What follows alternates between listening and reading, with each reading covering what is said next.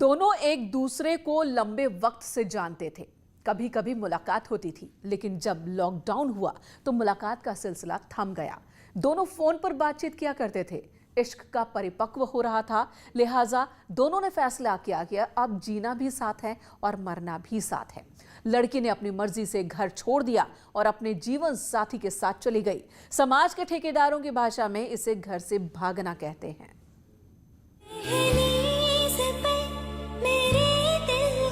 जो रखे है तूने कदम और मैंने शादी की है, कोर्ट मैरिज की है और मुझे मार डालना चाहते हैं। हमने कोर्ट मैरिज की है और इनके घर वाले सारे खिलाफ हैं और मैं हमें मारने के लिए बाहर ही खड़े हुए थे। ये है और मेरी जिद्दी भी है और मेरे पूरे खानदान के जो लोग हैं सारे खिलाफ हैं। शादी हमारी रजिस्ट्रेशन पहले भी हो चुका और यानी कि वैदिक संस्था से, और आज हमारे यहाँ पर कोर्ट मैरिज भी हो चुकी है। इतना हंगामा है क्यों बर्पा? इश्क ही तो किया है, डाका या चोरी नहीं की है। मन मुताबिक जीवन साथी चुन लिया तो क्या बच्चों की जान ले लेंगे? क्या विधि और संविधान से ऊपर है समाज का विधान? इश्क का दुश्मन जमाना फिल्मों में बहुत सुन और देख लिया होगा, अब हकीकत में देखिए। तस्वीरें शामली की है। एक लड़का, एक लड़की और उसके पीछे रिश्तेदारों का गैंग। बीच सड़क पर मारपीट और छीना झपटी की ये कहानी इश्क और जमाने के टकराव की है, जहां एक तरफ साथ साथ जिंदगी जीने की इच्छाएं हैं और दूसरी तरफ दोनों को अलग करने वाले जमाने की दीवार। लड़की बालिग है, लड़का बालिग है। दोनों ने शादी कर ली है, लेकिन घर वाले दोनों के खिलाफ हैं। घर वाले मेरे खिलाफ हैं और मैंने शादी की है, कोर्ट मैरिज की है और मुझे मार डालना चाहते हैं। कौन लोग हैं वो जो आपको मारना चाहते हैं? मेरी घर की है और मेरी जिद्दी है और मेरे पूरे खानदान के जो लोग हैं सारे खिलाफ हैं। आज जब ये प्रेमी युगल डीएम से मिलने के लिए पहुंचा, तो पीछे पीछे घर वाले भी पहुंच गए। ये बात जब प्रेमी जोड़े को मालूम पड़ी कि लड़की के घर वाले उसे मारने के लिए खोज रहे हैं, तो वो डर गए। दोनों काफी देर तक जिलाधिकारी के इंतजार में बैठे रहे ताकि घर वाले चले जाएं। लेकिन काफी देर बाद जब दोनों दफ्तर से बाहर निकले तो रिश्तेदारों का गैंग बाहर ही खड़ा था। लड़की के घर वाले दोनों पर टूट पड़े। कोई हाथ से मार रहा था, कोई उनका हाथ खींच रहा था, कोई उसके बाल खींच रहा था। कैसे भी करके दोनों का रिश्ता टूट जाए, बस रिश्तेदारों की यही मंशा थी। कुछ देर तक बीच सड़क पर ऐसे ही हंगामा चलता रहा। लड़के ने लाख कोशिश की कि लड़की का हाथ न छोड़े, लेकिन रिश्तेदारों के गैंग में इतनी महिलाएं और पुरुष थे कि दोनों का हाथ छूट गया। शादी हमारी रजिस्ट्रेशन पहले भी हो चुका और यानी कि वैदिक संस्था से, और आज हमारे यहाँ पर कोर्ट मैरिज भी हो चुकी है। तो कौन लोग हैं वो जो आपको मारना चाहते हैं? इनके वे लड़की के घर वाले हैं। तो आप लोग क्या चाहते हैं? हम लोग प्रोटेक्शन चाहते हैं। लड़की के घर वालों ने सरेराह प्रेमी जोड़े को पीटा, दोनों को एक दूसरे से अलग करने की कोशिश की। दोनों साथ जिंदगी जीने पर अड़े रहे। प्रेमी जोड़े की माने तो दोनों ने 3 महीने पहले ही शादी की थी और अब उन्होंने शादी का रजिस्ट्रेशन भी करवा लिया है। लेकिन लड़की के घर वाले जान से मारने की धमकी दे रहे हैं। प्रेमी जोड़े ने डीएम और एसपी से सुरक्षा की गुहार लगाई है, ताकि आज जो बीच सड़क पर पति पत्नी के साथ हुआ वो आगे ना हो। शामली से शहनवाज राणा की रिपोर्ट, न्यूज़ 18। उधर ग्रेटर नोएडा में बुजुर्ग दंपत्ति की हत्या से सनसनी मच गई।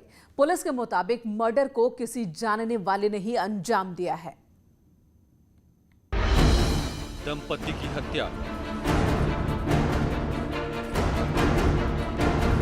ग्रेटर नोएडा में हत्या से सनसनी। बेरहमी से हुई दंपत्ति की हत्या।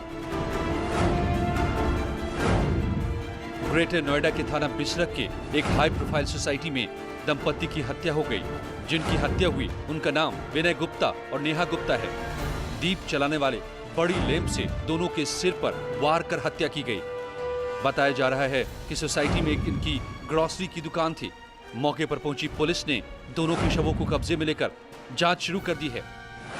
फिलहाल सोसाइटी में लगे सीसीटीवी को पुलिस खंगाल रही है। एक सोसाइटी के 9th फ्लोर पे इस फ्लैट में एक ये दंपति रहते थे और आज सुबह ये सूचना प्राप्त हुई कि दोनों लोग मृत अवस्था में फ्लैट के अंदर पाए गए।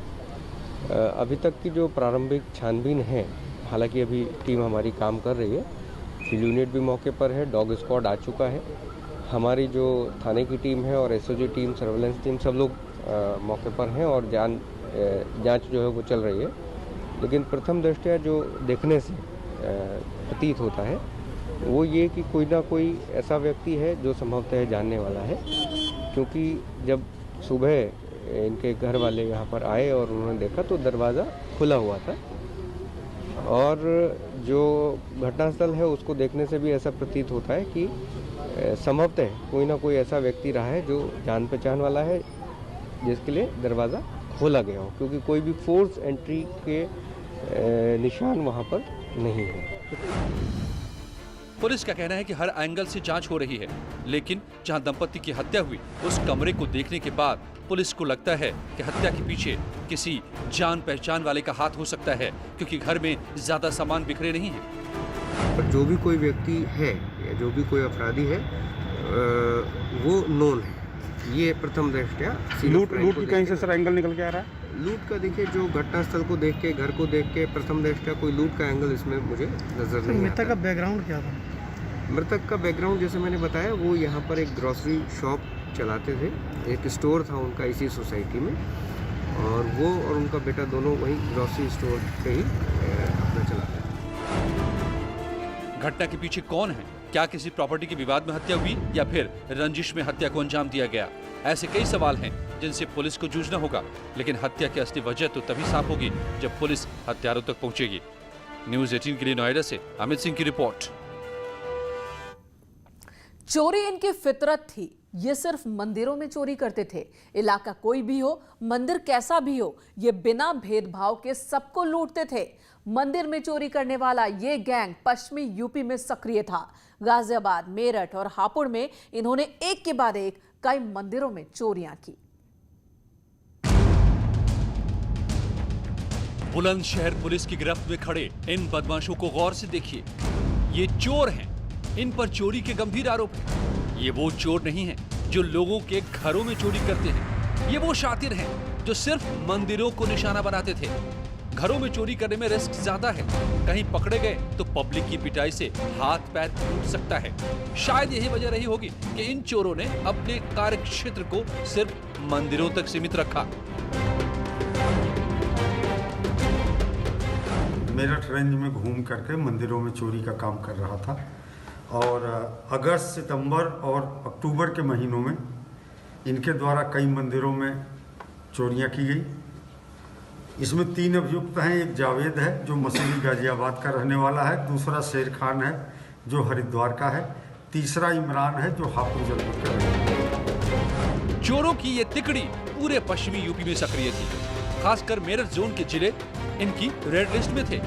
इन आरोपियों में एक गाजियाबाद, दूसरा हापुड़ और तीसरा हरिद्वार का रहने वाला है। पुलिस की माने तो पिछले कुछ दिनों में अलग अलग जिलों में इनके खिलाफ कई मुकदमे दर्ज हुए हैं, जिसमें मेरठ और बुलंदशहर भी शामिल है। आज इन बदमाशों को गुलबठी बाईपास से पुलिस ने गिरफ्तार कर लिया। जब इनकी क्राइम हिस्ट्री खंगाली गई तो इनके खिलाफ चोरी के कई मामले दर्ज थे। सितंबर महीने में सिकंदराबाद में एक जैन मंदिर में चोरी छत काट करके इन्होंने की थी और छत्र मुकुट आदि वहाँ से उठाकर ले गए थे। इसके बाद फिर परतापुर जैन मंदिर है, वहाँ पे 18 अगस्त को इस टीम के द्वारा चोरी की घटना की गई थी। 23/24 सितंबर की रात में गुलावटी थाने के पंचायती मंदिर में आरोपियों के पास से मंदिर से चोरी किए गए मुकुट, त्रिशूल और भी कई कीमती सामान मिले हैं। इनके पास से पुलिस ने मोटरसाइकिल और हथियार भी बरामद किए हैं। प्रशांत कुमार, न्यूज़ 18, बुलंदशहर। इधर मेरठ में पुलिस की गिरफ्त में ठगों का एक ऐसा गैंग आया है जो नौकरी का झांसा देकर लोगों से लाखों रुपए लेते थे। देखिए ये रिपोर्ट। मेरठ में ठगों का गैंग, नौकरी का झांसा देकर ठगी।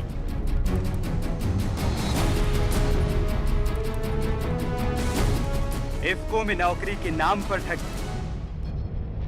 मेरठ पुलिस की गिरफ्त में खड़े इन तीनों को ध्यान से देखिए। सामान्य से दिख रहे तीनों बेहद शातिर हैं। इनके कारनामे सुनेंगे तो आप भी दंग रह जाएंगे। इनका काम था बेरोजगारों को सपने दिखाना और नौकरी का झांसा देकर लाखों रुपए ऐंठना।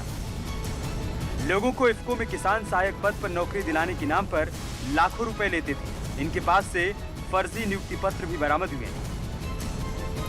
मेरठ में जालसाजी का शिकार हुए एक शख्स की शिकायत पर पुलिस और एसटीएफ की टीम ने 3 आरोपियों को फर्जी नियुक्ति पत्रों के साथ गिरफ्तार कर लिया है। झूठी नौकरी का झांसा देकर किसान सहायक नाम से एक पद इन्होंने बनाया, किसान सहायक यानी, और उस पे लोगों को झूठा झांसा देकर उनको ऑफर लेटर दे रहे थे। इसकी सूचना में मिली और उसमें थाना मेडिकल और साइबर सेल की पुलिस ने कार्रवाई करते हुए इनकी गिरफ्तारी की है। इनके पास से कुछ फर्जी ऑफर लेटर्स बरामद हुए हैं। फर्जी ऑफर लेटर्स बरामद हुए हैं इस तरह के, जिसमें लेटर ऑफ अपॉइंटमेंट लिखा हुआ है और इसमें ये लोगों को झूठा झांसा देके नौकरी का उनको ऑफर दिया करते हैं। सर ये कब से काम कर रहे हैं इसमें और कितने लोग और शामिल होने की संभावना? अभी ये सब इनसे पूछताछ चल रही है। तीनों शातिर बुलंदशहर के रहने वाले, मेडिकल थाना इलाके के रहने वाले विकास नाम के एक शख्स के आरोपों के बाद मामला दर्ज करते हुए पुलिस ने इनको गिरफ्तार किया। न्यूज़ 18 भी आपसे अपील करता है कि आप ऐसे ठगों से बच कर रहें। Bureau report, news 18। तो यही अपील है आपसे कि ऐसे ठगों से बच कर रहें। इधर गाजीपुर में एक सिरफिरे प्रेमी ने पहले प्रेमिका को गोली मारी, फिर खुद को भी गोली मारी। दोनों की हालत गंभीर है। गाजीपुर में सिरफिरे की करतूत, प्रेमिका को मारी गोली,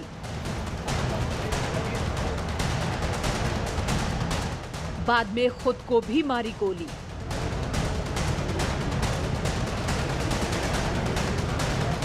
गाजीपुर में प्रेम प्रसंग में एक युवक ने शादीशुदा प्रेमिका को गोली मार दी, बाद में युवक ने खुद को भी गोली मारी। दोनों को गंभीर हालत में इलाज के लिए वाराणसी रेफर किया गया। मामला करंडा थाना क्षेत्र के उधरनपुर गांव का है। बताया जा रहा है कि नितेश की पड़ोस में रहने वाली एक महिला के साथ प्रेम प्रसंग चल रहा था। मंगलवार को महिला के पति के साथ नितेश की किसी बात को लेकर कहासुनी हुई, जिसके बाद से ही नितेश नाराज था। आज जब महिला घर के बाहर हैंडपंप पर पानी भरने गई तो युवक ने महिला को गोली मार दी। ये दोनों लोग पड़ोसी हैं। किसी बात को लेकर के दोनों के बीच में पहले से झगड़ा हुआ है। ये तो इस जो लड़का है इसने अपने उनको आज गोली मार दी है और स्वयं को भी मार दिया। इस संदर्भ में जो महिला के पति हैं उन्होंने एक तहरीर दी है और इसमें अभियोग पंजीकृत करके इन्वेस्टिगेशन करने की कार्रवाई की जा रही है। दोनों लोग अभी सांसें चल रही हैं। इनको घायल अवस्था में वाराणसी के लिए रवाना किया जा रहा है। युवक के परिजनों का कहना है कि युवक परिवार में किसी की बात नहीं मानता था।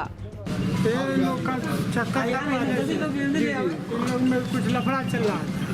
हाँ, उसी लफड़े में दोनों वापसी लफड़ा था इन लोग का। आज क्या हुआ है? प्रेम का मैटर था। रोज 2-3 दिन से खाना नहीं खा रहा था, पी रहा था। हम लोग गोल चल रहे थे, कुछ सुन ही नहीं रहा था। बस अपने मर्जी से आता था, दारू पीता था, घूमता था बस। फिलहाल दोनों की हालत गंभीर है और उनका इलाज चल रहा है। पुलिस ने जांच शुरू कर दी है, लेकिन जिस तरह से इस सिरफिरे ने घटना को अंजाम दिया उसे कड़ी सजा मिलनी ही चाहिए। Bureau report, news 18। और अब जो खबर हम आपको देने वाले हैं ये दिल्ली एनसीआर के लोगों को सचेत करने वाली खबर है। दिल्ली एनसीआर में चेन स्नेचर्स का आतंक बढ़ गया है। गाजियाबाद और ग्रेटर नोएडा से आई चेन स्नेचिंग की तस्वीरें डराने वाली हैं।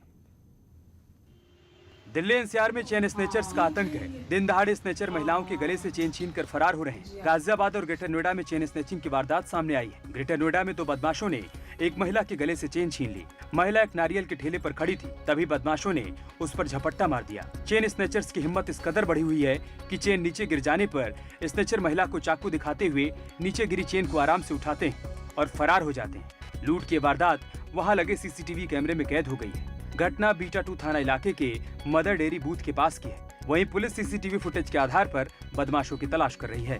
उधर गाजियाबाद के विजयनगर में भी दिन दहाड़े चेन स्नेचिंग की वारदात सामने आई। प्रताप विहार की रहने वाली शिक्षिका के गले से एक बाइक सवार बदमाश चेन छीनकर फरार हो गया। शिक्षिका स्कूल से घर लौट रही थी, तभी सोसाइटी के गेट के पास एक बाइक सवार बदमाश उनके गले से चेन छीनकर फरार हो गया। इस घटना के बाद से इलाके के लोगों को झपटमारों का डर सता रहा है। उधर बांदा में बच्चे की मौत पर जमकर हंगामा हुआ। बच्चा 29 अक्टूबर को अचानक लापता हो गया था और आज उसकी लाश मिली।